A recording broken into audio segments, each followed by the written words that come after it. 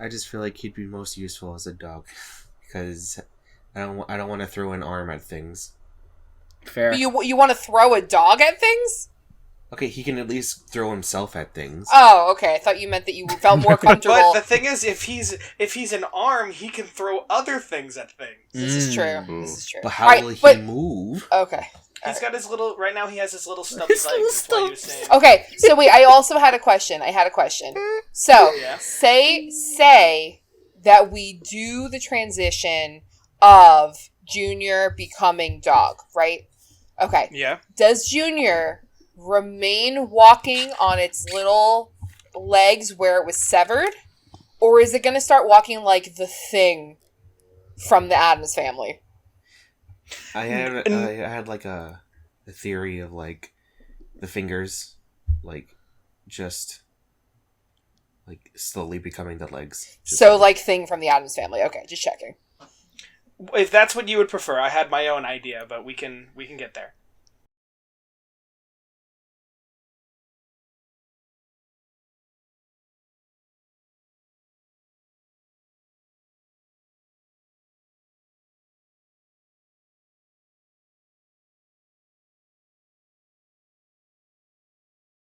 Okay, so we're gonna do, work around, not immediately throw ourselves into a scene yet, because I want to get the plan set in stone to see exactly what you guys want to do and where we can go with this.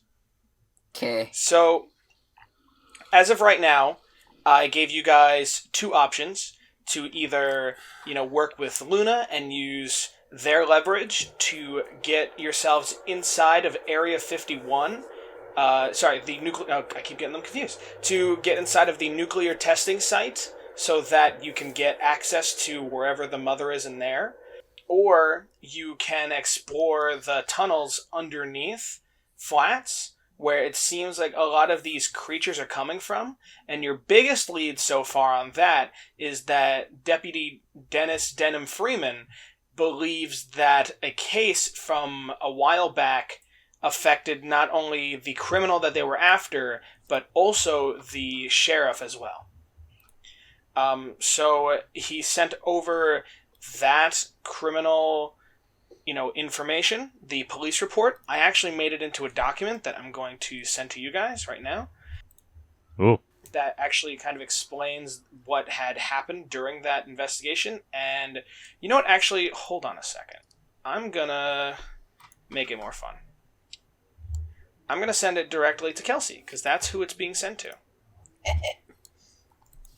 And Kelsey can read it and share it to everybody. Yes, sir. But as of right now, I believe you guys were leaning towards exploring the tunnels underneath Flats and seeing where that goes. Yes. Oh, go ahead. Yeah. Additionally, you guys have also been discussing who and what you guys want to bring with you as allies, on this trip. Jesse has said he'll make extra wristbands to protect from any radiation for whoever you wanted to bring. There was some talk of bringing Mr. Freeman. There was some talk of bringing Luna. Jesse had declined not wanting to go at all. Mateo, as of the scene that we were exploring, Mateo has yet to show, really state anything on the matter. But we also know Junior is more than likely interested to go. He's coming no matter what. Of course. I am the father. I am the one who drags him on vacations. So I'm curious to you guys if that is still the plan you guys want to go about. As of right now, the tunnel leads directly to the sewers underneath the town. And then we can also figure out who exactly you guys want to bring on your journey. I called Luna already. I believe was a conversation that we had last episode. From there, I don't have anyone else that I would have in mind to bring. But yeah, I definitely want to stick with the plan of let's explore these tunnels. Let's find out the root of where these parasites are coming from. Let's see it in person. Let's see what kind of protection it has, how it could potentially be stopped if we could see that its vulnerabilities right there. Yeah, that's where I'm at. All right. Sewers is the plan for me. All right. Okay, then we will go with the sewers. Now, is there anybody else you guys want to bring? Is there anything you want to do before going down there? Whether it be talking to Tex, or you want to bring a whole army of NPCs with you. They might need some convincing, but... Or maybe you want... Oh, man. Jamie and Rob, or... I don't know. Julia the waitress. I was gonna say that I feel like Jamie and Rob they got weapons, and we might need those. So... But then, of course, you also have to play the idea too. Is you are going to get allies, and that might make certain things easier. But it's also going to be, running the risk of putting NPCs in danger as well. But I mean, you're putting yourselves in danger too. Anyway, of course. Make George come with. I'm kidding. Make him get out of that fucking chair. There's one thing I want to get done. Sure. What's that? I want to get one of those little insulated lunch bags and put a little container full of like those dibs. Sure. I think that's easy enough to do, and we can explore that a little bit. But yeah, so then as far as NPCs that are coming, I just have down Luna and Mr. Freeman. Yeah, I would invite Tex, but I think that I A, don't want her to get hurt, and B, think that having her still with the Order, if I need to call her for anything that the Order can help with, is important for me. More as like backup than actually on the front lines. Yeah, like a kind of person inside the Order right now that you can trust. Yeah. Okay. Additionally, while you guys are planning, where you want to go, last time you kind of felt that there was a little bit of tension between Mateo and Jesse. And Mateo speaks to you guys, I really want to come, if that's all right. Yeah, I mean, absolutely. I think that sounds like a good idea. Let's do it. You can see that, yeah, there's a kind of hesitation. You get the feeling that he doesn't really want to go home.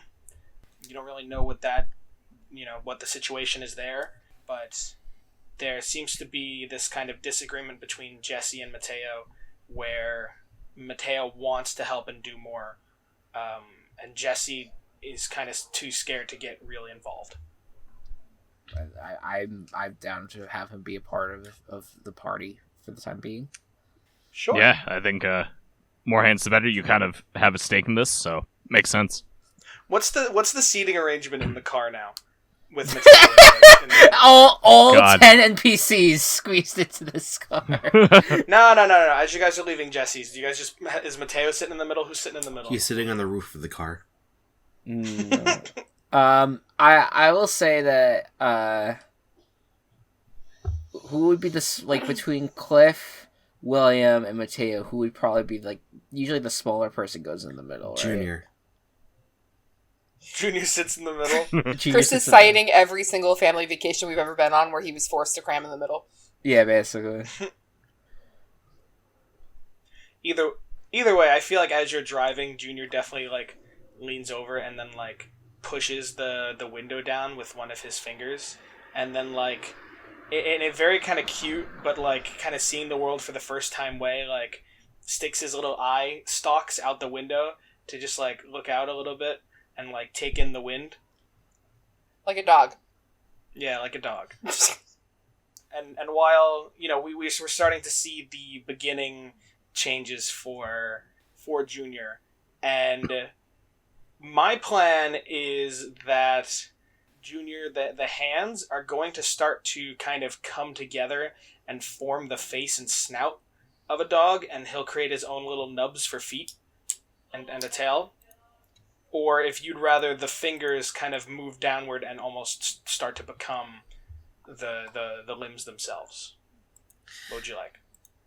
Which is less horrifying for you guys? So that he can choose the more horrifying one. No, I'm kidding. I don't have a preference on this. This is I for feel Cliff's sake. Oh, well, Cliff is just permanently scarred. I don't think you need to care about his feelings at this point. Yeah, but they're still valid. Sure, I will go with the far more disturbing one. You guys ready? Okay.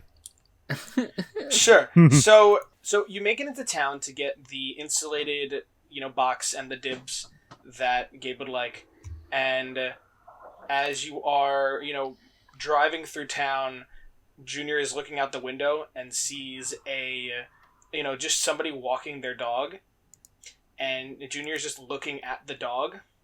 So Junior closes his mouth, closes the eye that is on the ring finger, so that it is just one eye on the middle finger. And you have to remember this, it's not just the hand, it is like an entire forearm with it. Yes. Right. And Cliff and Mateo are both, we'll say Cliff's in the middle, because that would just be funnier. Yeah. Cliff is sitting in the middle, and Junior is just on William's lap, as all of you, you watch this, and Hold'em, I feel like you see it in your peripheral, and Jeremiah just hears it from the front seat, but you guys just hear, as the fingers, the thumb almost seems to, twist backwards, and slowly bend and move down the forearm, as if the muscles themselves are moving around under the skin. And that thumb becomes a back leg, and the pointer finger becomes the front leg, and the pinky slowly moves around under the skin like jelly, and you hear the fingers cracking and moving under the skin, and until eventually it has 4 little arms and legs, and it just has one middle finger kind of sticking out the front of a nubby hand that was all that was left, that is just one eye, and the bottom of the finger actually opens up a little bit for a tiny itty bitty mouth. My baby boy is growing up. Okay, so I will say that is the most grossed out I've been to date. Me, Chris, being grossed out by something being described in this D&D session. Cliff is also grossed out, but he's not going to verbally show it. Instead, he's just going to get really sweaty.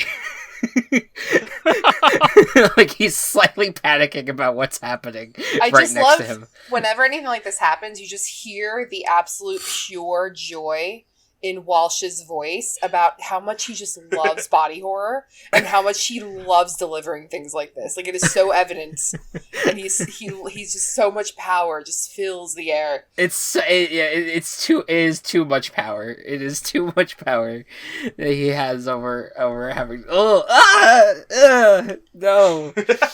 I will say then the other thing too, William, you start to realize you kind of feel something with your left hand. And you're like, wait, what? My left hand came off? And you're feeling the inside of your shirt, and you pull up the sleeve where your arm came off, and you're starting to see this, itty-bitty little, hand start to form. Nice. What? So, and just tell me to stop if this isn't relevant, but I feel like in my brain, the way that you've described the morphing of Junior into dog form is that he looks like a dachshund.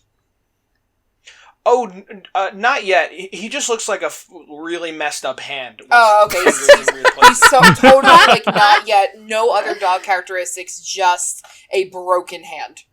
Just a broken, horrifying hand. Great. That has somehow taken on the characteristics of a dog. And will it take on further characteristics of a dog, or will this just be the ugliest dog known to man? Yes. Or does he even really look like a dog, or can he be any... Could he right now look like any four-legged creature, like a goat? Not at all right now, because it really doesn't... In terms of, a head, it doesn't have a head, really. It has a fingertip with a mouth. Yeah, it's a fingertip with, a mouth connected to, at the top of a palm. Cool. Like, if you saw this thing from an aerial point of view, it would just look like something giving you the middle finger. Almost like a little dinosaur. It even still has, like, the nails on the back. Like a little, like a dinosaur. I wanna feed him one of the dips. I wanna give him his first experience with ice cream. Wow. Sure.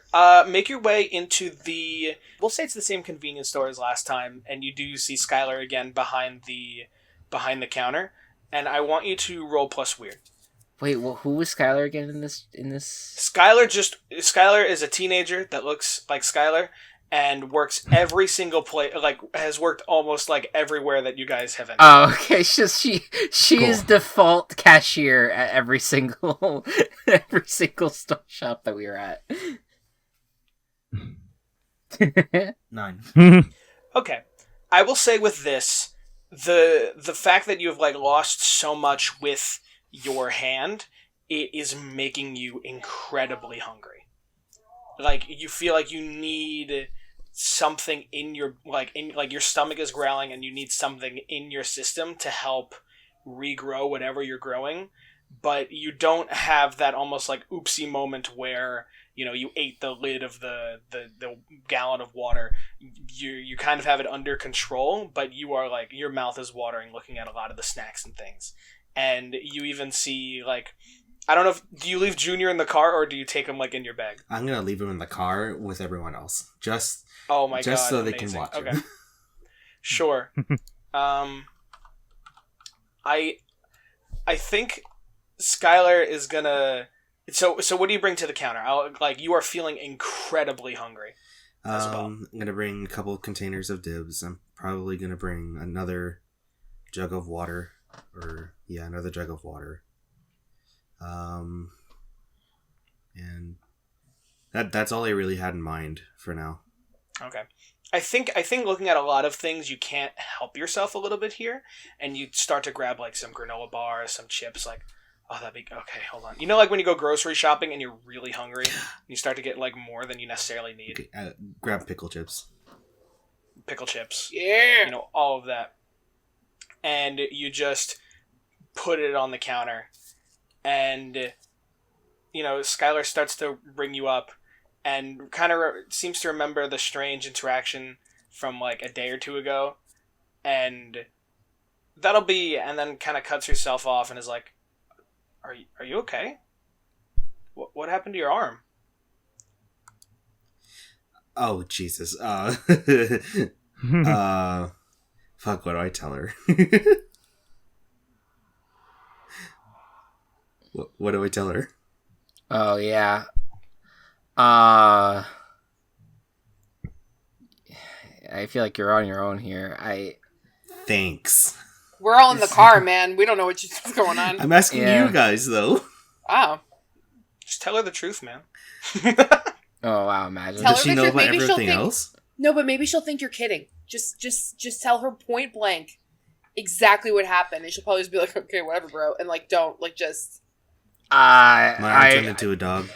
This exactly. Good. Yes. William, I want you to roll plus charm. Oh, Jesus. What is my charm stat? Okay, it's not terrible.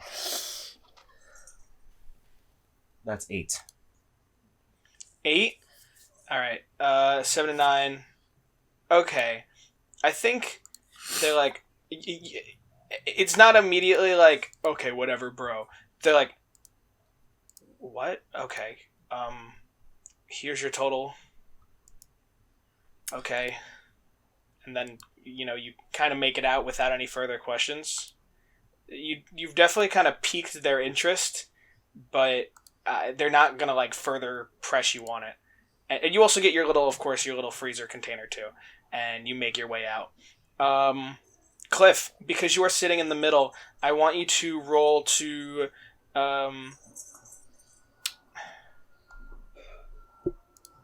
I want you to roll to read a bad situation. Oh, fun. That's a 7 plus nothing. Okay, 7 to 9, hold 1, and you can ask one of the questions. I've copied and pasted here. Are there any dangers we haven't noticed? You look down at your pant leg on your on the side that William was sitting, and you see Junior like gnawing and eating the like one of your leg pants.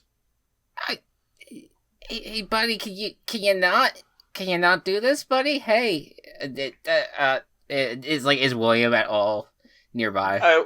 William is in the convenience store and is like making his way out now. Okay, I roll down the window, and I'm like, can you toss me whatever treats you have so I can get him off of me?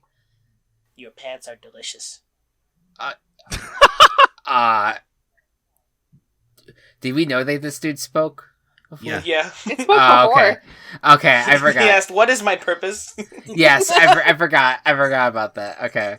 And I was like, I mean, I appreciate it, my man, but like, I just got these pants. I kind of needed to wear them out a little bit, but okay.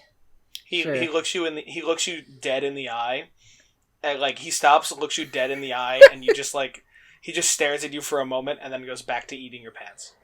Hey, Junior. And he Can looks you at get a grip and just like wait like 2 minutes for what's his name? William to get back. Wow. Sorry, your name's not William on Discord. Sorry, I forgot. My name is address. My name and address. What just happened? Name and address withheld. Cliff, if you reach over the seat there, I probably got like an old shoe or something you can chew on. Alright, I reach over I and just grab the overhear this shoe. conversation. He's like, "Don't feed him a fucking shoe." He's not gonna eat the shoe. He's just gonna chew on it. at this point you've grabbed the shoe. Like William is entering the vehicle, and you've grabbed the shoe to like pull it around at the same time, and you realize the shoe is already half eaten. Oh my god, Junior. And William, you make it into the car, and he will. I think you and him are just like having a feast of this food. I need to know what his first initial reaction is for ice cream, because it was a very intimate moment with Vita and William, so I must know. You go to feed him a div, and at first he's kind of like, he has the initial reaction with all food where he's just kind of like goes to chow down, but he like slows down on it, and you see his like one pupil almost dilate, like whoa, and and he like looks to you, and then he looks to the ice cream again, and he says, "Thank you, Papa." You're very welcome. Does anyone have like scissors or anything? Like, for real, or? In the car at the moment. Wait, why the fuck did I ask that? I'm sorry, I'm too tired. It's okay. Like, do we like, Jeremiah? Do you just have like any like spare thing, any tools lying around? Me car, you Sukar. So wow, I just fucking stroked out. You all are stroking out apparently today. All right, Jeremiah. What's mine is yours, man. You can look in the car. I think you borrowed Jeremiah's big knife, if I remember. There you go. Okay, so basically I take the knife and I cut off the other pant leg, and I cut off both like pant legs to go up to like where my knees are to have them just be shorts at this point. Oh, glorious! Okay. Some nice. I look like rocking those. Rocking them. Yeah, I feel like I'm like a teenager. Oh my god, Cliff's He's gone cut from off jeans to jorts. Yeah, exactly, the jorts. All right. This is gonna be so much fun then. Fuck.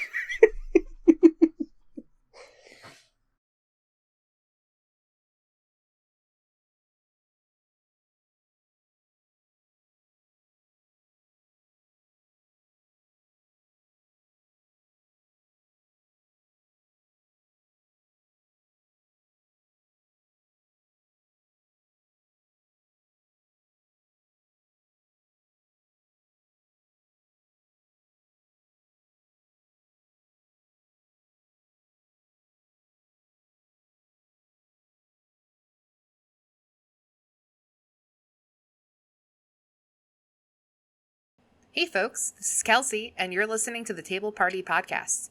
Now let's get back to the party.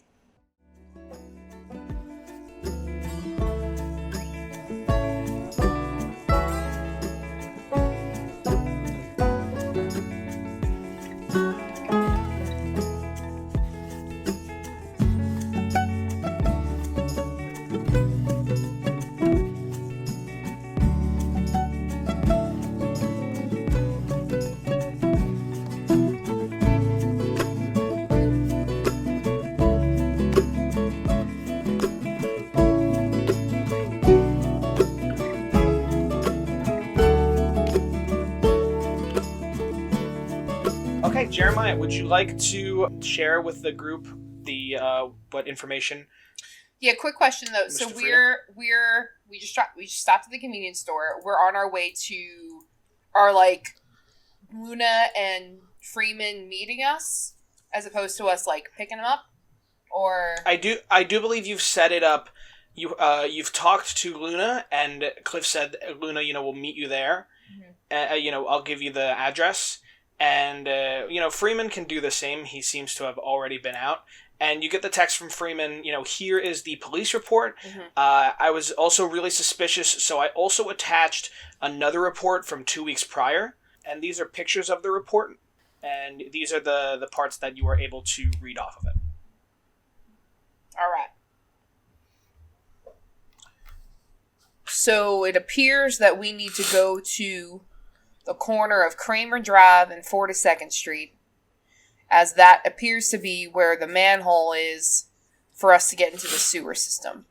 The rest of the report, I could read it to you verbatim if you'd like, but it seems to just be saying that the person in question had drug possession, illegal firearm possession, and that they found him and cornered him in the sewers, no shots fired, and that he's in custody. There's not a lot of prime information beyond that, but I'm welcome to read it to you if you'd like. Read it. All right. Okay. Yeah, let's hear it. All right. Was that Junior? Yeah, that was Junior.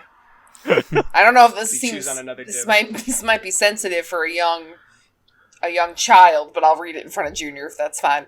All right. So Sheriff Mabel Kahn police report: location corner of Kramer Drive and 42nd Street. Theft, collision, evade and arrest, drug possession, illegal firearm possession. Keith Gerard evaded Las Vegas police officers in a stolen white sedan at 9:53 p.m. He headed north along Route 93 towards Flats, where I cut him off.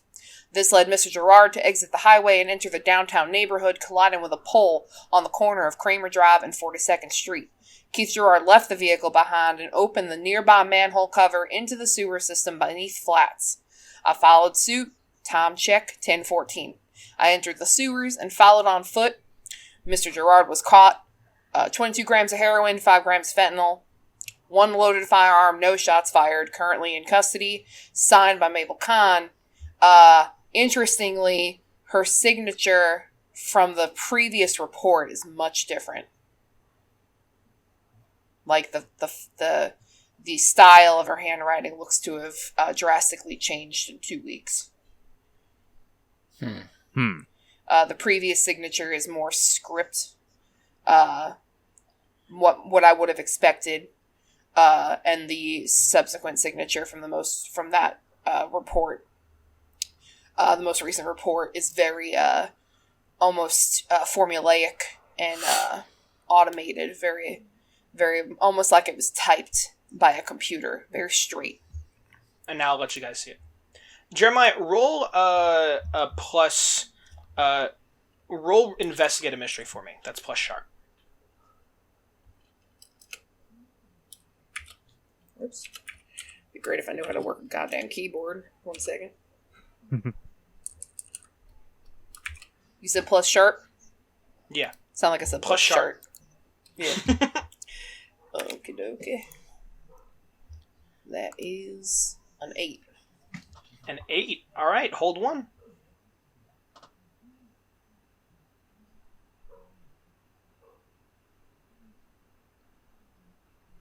So am I asking this about the report?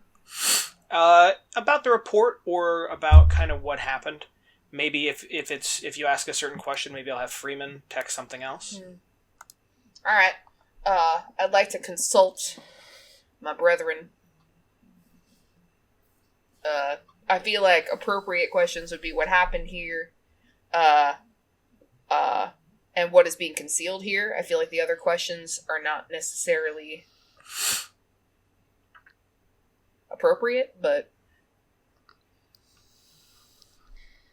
I feel like if you want to get more information, you might do what is being concealed here. Mhm. But that's That's- just my take. that's what I was leaning Yeah, towards. that seems most appropriate. Breaking character for a second. So, but based on my understanding of Deputy Freeman's relationship to this issue, he only knows what's in the report, right? I don't remember. I feel like I might have asked him if he could get some more information, but I don't know if he did. So if I should just say what is being concealed here and see if he knows more. But otherwise, he wasn't there. He wasn't there for the event. No, there was. I do believe I said there was something else going on that night, and they were kind of spread thin. Rock, paper, scissors. So the sheriff kind of took that and then had to go into the sewers. And then at first, Freeman was like, "Ha, good thing I didn't have to take that." And a lot of the energy and humor that is usually shared between the two of them, that kind of chemistry, total halt. Been acting very kind of emotionless, kind of going through the motions, and not exactly really acting like the same person. Okay. Alright. And then I'm going to ask for what is being concealed here. Sure. I think that a few things stand out to Jeremiah in the police report. A lot of the sentences, as far as leading up to, the chase in the sewer, many of them are longer and much more detailed. And then once they enter the sewer, it almost seems like the sentences become a bit vaguer, shorter, and more logical, as if there were specific memories to pull on beforehand, and now it's just specific things. Another very suspicious thing is, if a criminal is being chased, and let's say that they were, they're going through all of this trouble to evade Las Vegas police, to evade Sheriff Mabel all the way into the sewers, and then they're cornered, there were no shots fired at all. And Freeman then reiterates to you that this happened about 2 or 3 months ago. And the criminal is still in custody, like at the police house, where they should have had their court case already, and they should have been, moved along the process of law, of the judicial system.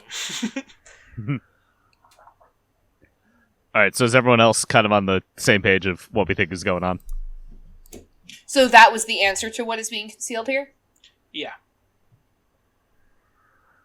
As if there's something majorly concealed in the sense they went down into the sewer, and then something happened that changed Mabel's personality entirely, and changed the way that they are acting and doing things. And I think you can assume what that was. Okay. Especially since now they went from, I'm going to chase you and catch you, to no shots fired, currently in custody, will stay within custody to stay within, so that we are within contact of one another. So on and so forth. Mabel's the one that gave you this information, right? No, that was This is Deputy Freeman. Deputy Freeman. Okay, Sent so me the report. Mabel does not. Yeah. Gotcha. Okay. Sheriff Khan has been acting really weird. Deputy Sheriff is in a privileged position to have access to the county files, and that's where he pulled this from and sent it over to me as a favor. Cool. All right.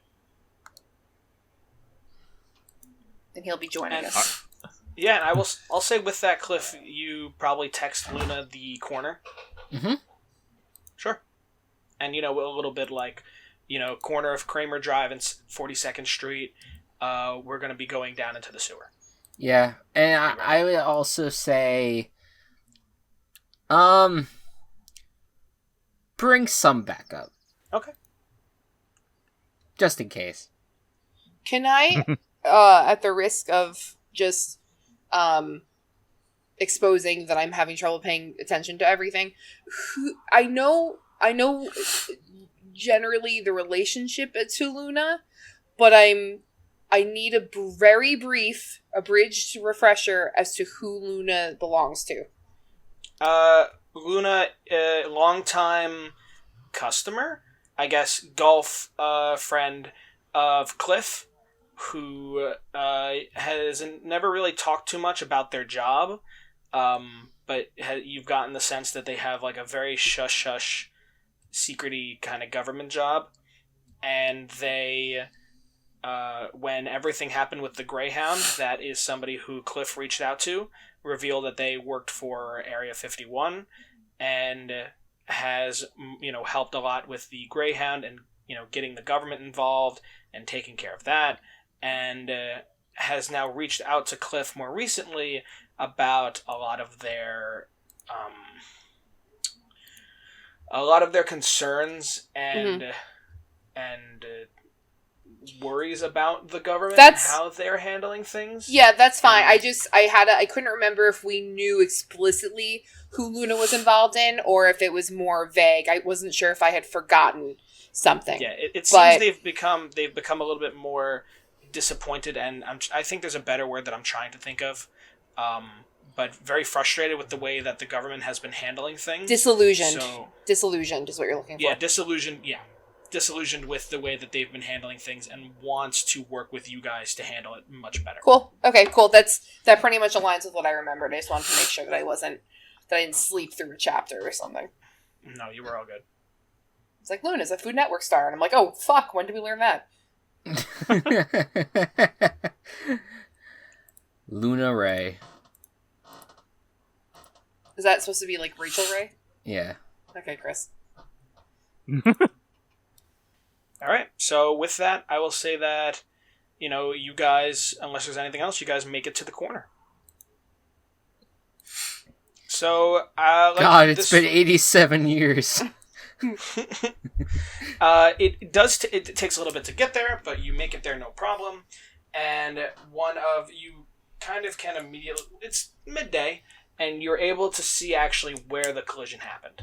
You see the broken, power line pole, or telephone pole, whatever it's referred to. You see the broken, wooden pole, and the way that, towns do where they just put a working one next to it, and they haven't really gotten rid of the old one yet, but that it is, like, cracked and broken. And about 10 feet from that pole, you can see a sewage manhole cover. The neighborhood itself seems pretty quiet. There aren't many people out at this time.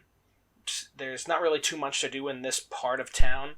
It is very hot outside, and it is near the edge of town before, you start to go south towards the city. But that's where they are. After a moment or two, you see a police car pull up, and you see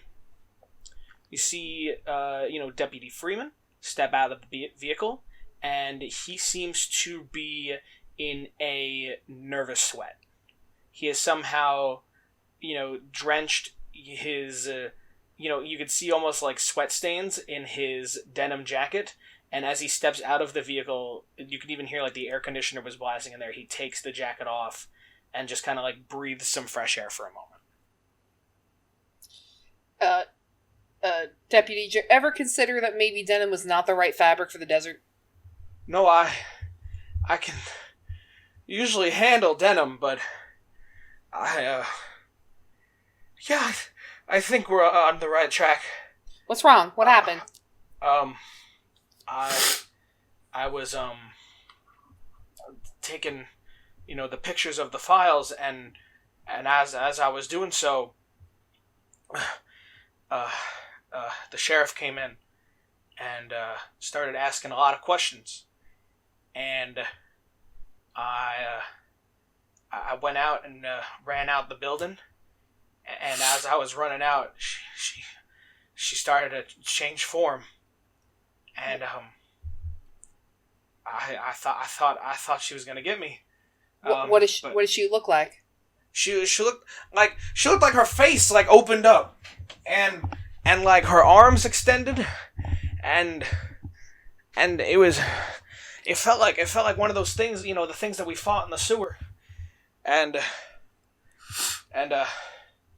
I ran out of the station, and thank God there was other people around, because I think just seeing that there were other people outside just caused her to just stop in her tracks, and she just stood there in the hallway, by the entrance door, and I looked back, and I ran from my car, and I made it here as soon as I can. Oh, Jesus. Well, glad you're safe. There's a lot going on, as I'm sure you can tell. But since you're here, wanna help us stop it, I guess. I don't know where I'm going with this. Yeah. And he's taken off his denim jacket, and he has like a denim button up underneath it that he now takes off, and it has those like metal, buttons that kind of clip into one another, and he takes that off, and he has like a denim tank top. I was just about to ask, does he have a tank top underneath you? Yeah.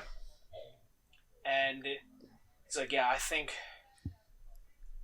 this is getting a little intense. I don't know if we can trust in the rest of the law right now. I don't know who to trust. And as he says that, a black sedan rolls up nearby, and two very government-looking agents step out. One being Luna, and another one being a feminine-looking individual who seems to have this very light hair that is almost kind of wild and short and crazy, in all different directions. Both of them wearing sunglasses and very, very nice black suits with firearms on their hips, and they step out of the vehicle. I was going to start laughing if the other agent was Skylar. She holds every single job available. No, you start laughing when the other agent is Clyde. Right. Wait, is it really? No, it is not. Okay. I said right and laughed, and then I wish you could have seen my face. I immediately went, wait.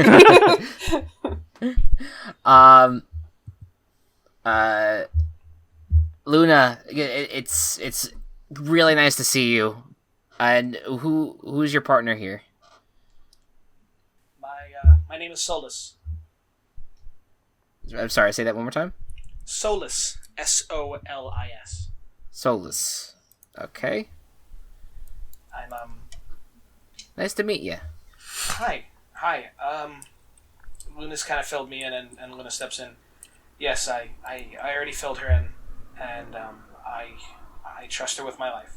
So, I didn't bring anybody that I knew I couldn't trust, which was hard. So, I have my partner here. Yeah. Let me introduce you to someone else, and I walk over to Mr. Freeman, and I'm like, Deputy, I want you to meet Luna, a good friend of ours, who's could definitely could use to hear some of what you just experienced a few minutes ago. Yeah. So the sheriff's alien parasite. Real scary. All the bones and muscles and teeth and things, all kind of moving around, all jelly-like. Tried to kill me. So, yeah. Should just keep an eye out. don't I don't trust the police right now. I mean, other than me, I guess, or you guys, I guess. I'm getting the sense you guys are the kind of fancy suits. I think this is this is the trust circle. All right, everyone here, we can trust each other. We can trust each other with all this craziness that's happened, and hopefully, we can get to the bottom of what's happening right now when we enter. When we start to head towards the tunnel. Yeah, and I would say right before that, Mateo comes up. Hi, I'm Mateo, and I have these, and he pulls out some more bracelets and hands one to each of the new people that have showed up. Right now, from what I can tell, what we're heading towards might be a bit radioactive. These things are going to protect you from that. Okay, thank you, Luna says. Man, this is going to be so fun playing all these NPCs that talk to one another. So is this 8 people at all? You have the 4 of you, you have the 4 NPCs, and you have 1 junior. We have 1 junior who just is its own entity. Yeah. Actually, William, I want you to roll plus weird. Oh boy. Because I said we should roll to see how arms and juniors develop. True. And also, is Junior present? Like, are people about to experience Junior? I'm assuming Junior is just freaking out in the open, and it's just going to be a lesson in patience for everybody. Amazing. Fantastic. You feel like you've kind of been ignoring it because it doesn't feel any pain or anything like that. You just haven't really had to think about it. But in a moment, you kind of feel, like your fingers are kind of warm, like they're in the sun. And you realize, oh shit, they are. And your fingers are starting to, creep up around where your sleeve is. And by eating a lot of things and taking in a lot of nourishment, even if it was junk food and granola bars and snacks, it seems to have sped up the kind of regrowing reaction, and you no longer look like you just have one arm. It still feels a little shorter than the other one, but it seems like it's just about to be there. As for Junior, his head has gotten... you kind of look down at him, and he kind of he's actually kind of standing behind your leg as if he's kind of shy of the new people that have shown up.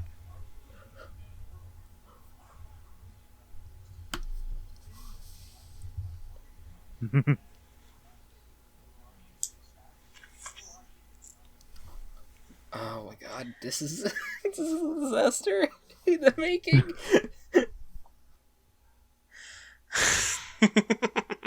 So you guys scroll up to the GIF that Kelsey sent earlier when we were getting hype about recording. Yes! Of the cat stepping out.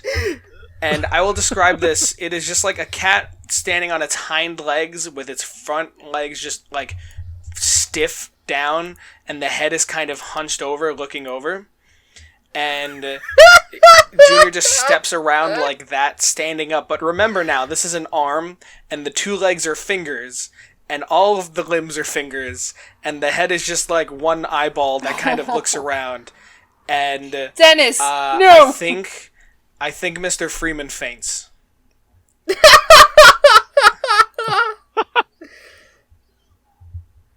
You guys kind of wake him up a little bit, throw a little water on his face. He seems a bit dehydrated. Cliff just silently to himself is just like, I want nothing to do with this introduction. Hello, my name is Junior. Oh my god. This is my papa.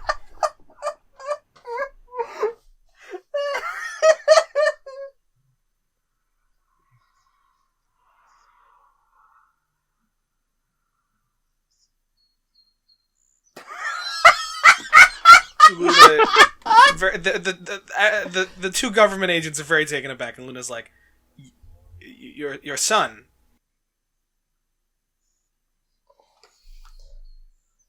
Oh, okay. I don't think you guys have told Luna that William is a part parasite. That's the thing. That's why I'm freaking out right now.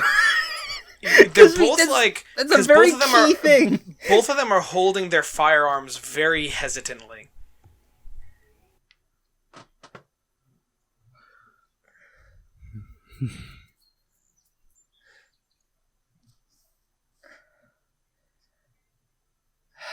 Yeah, trust circle. That's true. Okay, Luna, there is one thing that I did not tell you, and it was only because I wanted to protect him. But William is infected, but not in the way that you think he's infected. And sorry, go on. No, I was just gonna say, if I would let William kind of explain what's going on. Actually, Chris, I want you to roll the mundane Ooh! when you tell a NPC the truth. Oh, yes. Hold on 1 second.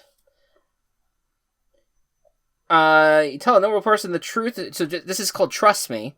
When you tell a normal person the truth in order to protect them from danger, roll plus charm on a 10. Okay, so I'll just do that first. So that's an 8, and that's plus 2 is 10. So on a 10 plus, they'll do what you say they should. No questions asked. All right. The two of them kind of pull down their firearms. Okay. All right. Luna's like, I've worked with you before, and you seem good. And is this the parasite that was in you? Oh, one of them.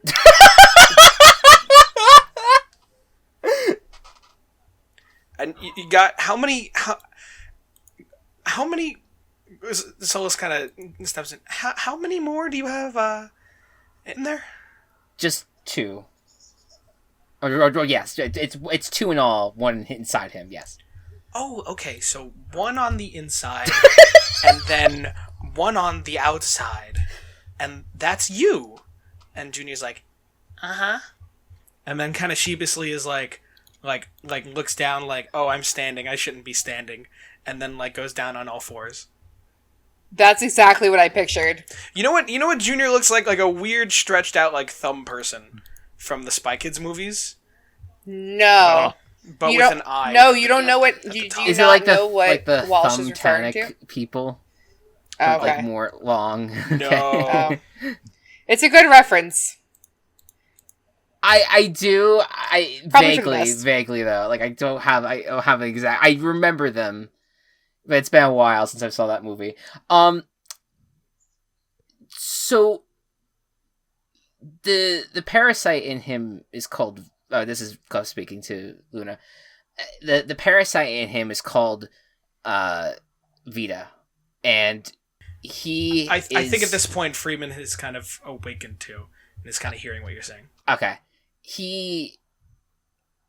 We've only just recently heard from him directly, but he has been communicating with William, basically saying that he has moved away from the other parasites, and that he's working against them. I forget what the reasoning was behind that, or why he's decided to betray his own kind, but he is, for at least for what we can tell, telling the truth and trying to help us as much as we can. And if he isn't telling the truth and he's going to betray us at some point, well, we're just kind of at his mercy at this point, and specifically William is at his mercy. I don't think that really reaffirms them. And no, I know. I'm being honest. This is me being completely honest with them that we just do not know.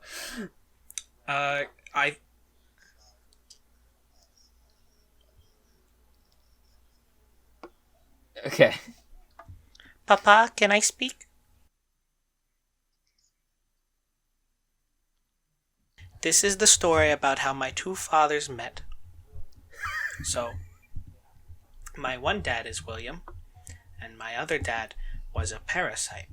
And a parasite was trying to eat William, but they did it wrong, because William was sick. So, they got together in a way that wasn't too good, and I don't think the other parasites liked that very much. So, they were working together, to make sure that, no parasite can get them, and that they love each other very much, so they're working together. And then they had me.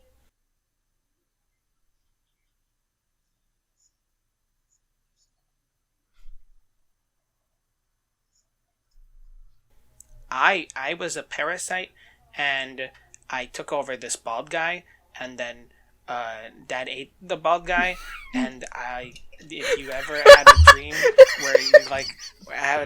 where you wish you had, where you would love him forever, and then they ate me, and then now I'm a good boy. I think there was definitely more rambling in there, and then the daddy, and then they had the kissing, and the NASA people. I appreciate that we're all trying to get to a point of trusting each other, but I know for a fact that the sheriff wants to eat people. So I wonder if perhaps we could move this along. The sheriff still has the document, and I'm sure remembers where this all was and knows that I was looking at it. So that might not be too good. Yeah, for the interest in trying to save humanity, I think that we should try to move forward and just trust each other until we can.